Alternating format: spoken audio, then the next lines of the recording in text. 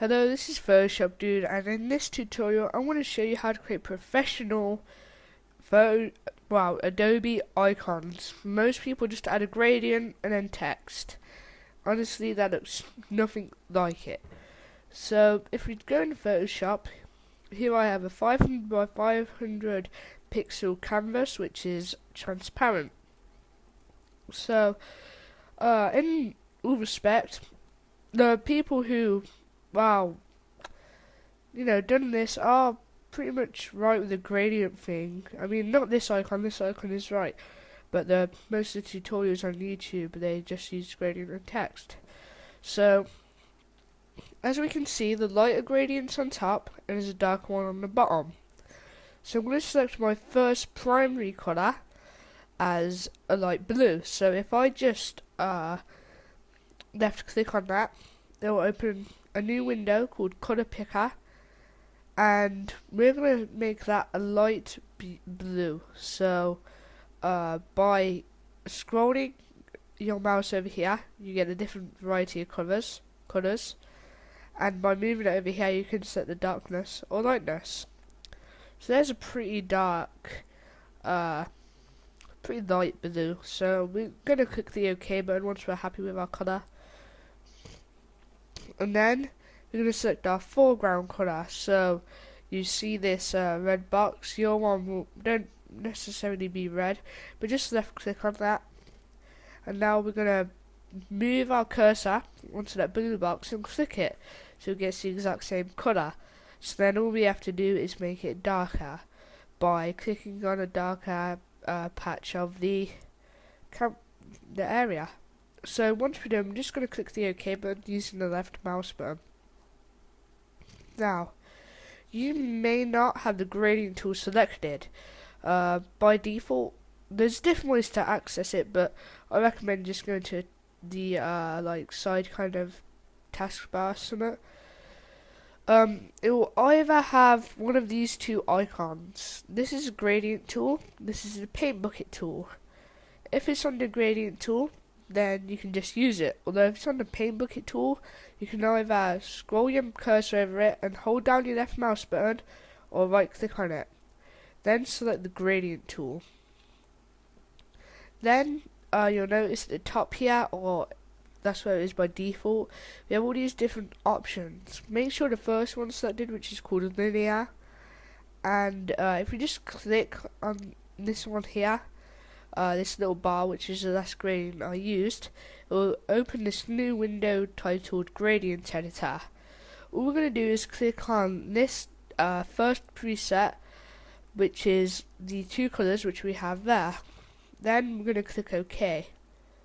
Then while holding down the Shift button on your keyboard, we're going to left click and drag it to the bottom. This is so you keep a straight line throughout the gradient.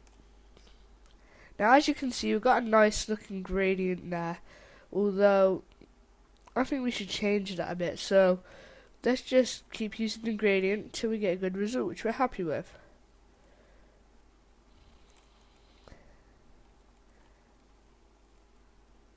So I'm just going to leave it as that for now. You'll notice it has this white patch at the top. Now what I recommend doing is going back to your, your, how do I put it, your first colour, or something which we changed earlier, and making that a white. To get a perfect white, make sure this RGB is all set to 0.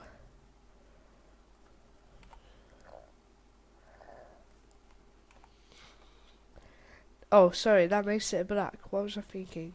Okay, make sure they're all 255, 255, 255. Sorry about that. And then once you're done, just click OK using the left mouse button. Again, keep it on the gradient tool. We're just going to change the mode to radial gradient. Then again, I'm going to click on this bar for the grade to select the gradient editor. I'm going to select this foreground to transparent, and then I'm just going to click OK. Now again, holding the Shift button, this time we're going to only drag it about a third to halfway down. that gives us this white area here. But that doesn't look too accurate, so we're going to redo that but on a new layer. So to create a new layer, just go to your layers box, click this icon here. If you leave your cursor over it, it will say create new layer. Your layers box is default on the right hand side. So there's our new layer.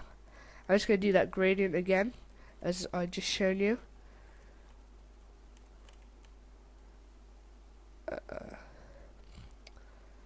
Then we're just going to blur it. So we're going to go filter, blur, and I think a bit of a Gaussian blur would be good for this. So here we can just change the radius and see what it will look like. I'd say about that is roughly right. So I'd say about 50 odd pixels. Then once we're done, we just click OK. Now we need to add the text.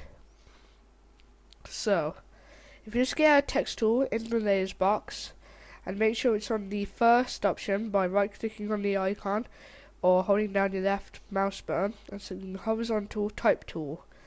Here we want our colour to be kind of a grey black. So if you want the exact coordinates of it, I will just get them for you now. So the exact colour is RGB is 4, well, R is 4, green is 4, blue is 4. So let's just do our text using the colours which I just told you, everything's set to 4. And as for your font size, depending on your canvas, this varies. So I'm going to say about 275 for this image. And I'm just going to write PJ for Photoshop Juniors. Now, the font which they are using looks like an Arial. The Arial font which comes default on Windows. I'm not sure about Mac. So yeah, just type in Arial to this top bar, which is by default at the top. You just go to this drop down menu where you choose your fonts, and you can type in Arial or browse for it. You change the style here to like bold, italic, etc. You can change the size by going to this drop down menu, which is represented by this icon of the grey T and then the black one. Here you can change this text to be centered and to be in different positions basically. By clicking this, you can select the colour, but as I said, I'm going to keep it as that. And here you can add different effects by clicking on this T with the little weird line under it, like you can make it a arch or something.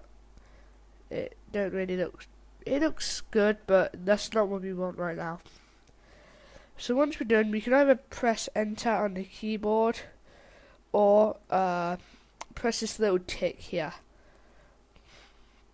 Now you'll notice it looks as if the text is going in a bit. So making sure we run our text there. In the layers box there's a little button called FX. I'm just going to left click on that, and then we're going to select inner shadow. This will bring up a new window titled layer styles, and because the text is actually black, we can't see it too good. So maybe if we up the distance and the size, basically that's going to make it look as if it's going in. I know it doesn't look like it right now because of the colour, but if we just click OK using our left mouse button, if I just change the text colour, you'll be able to see that it does look as if it's going in. So there's your Adobe styled logo, people, so thank you for watching.